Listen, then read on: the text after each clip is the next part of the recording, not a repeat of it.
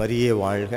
ஒரு பொண்ணு மெடிக்கல் காலேஜில் படிச்சுக்கிட்டு இருக்கா. படிக்கும்போதே அவளுக்கு பேய் கோளாறு. நிறையா ப்ரேயர் சென்டருக்கு போனாங்க, நிறையா இடத்துல ஜெபம் பண்ணாங்க, ஒன்றும் சரியாகலைங்க.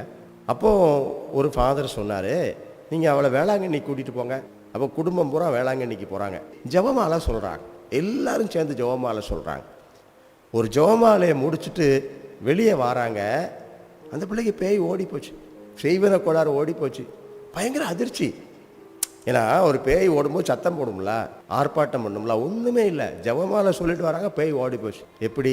அமெரிக்காவில் பேராயர் சாப்புட் அவர் சொல்கிறாரு, அன்னை மரியாள் பேயோடு வாக்குவாதம் செய்வதில்லை, அவர் பேயை பேச விடுறதில்லை, மூக்கில் ஓங்கி ஒரே குத்து, ஆள் அவுட், அவ்வளோதான்.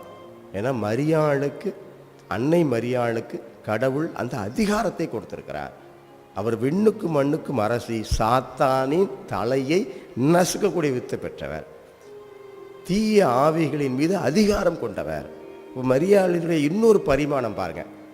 நம்ம அற்புதங்கள் அதிசயங்களுக்கு மட்டும் மரியாள் இல்லை, தீய ஆவிகளையும் அன்னை மரியாள் மிதித்து வெளியேற்றுகிறார்.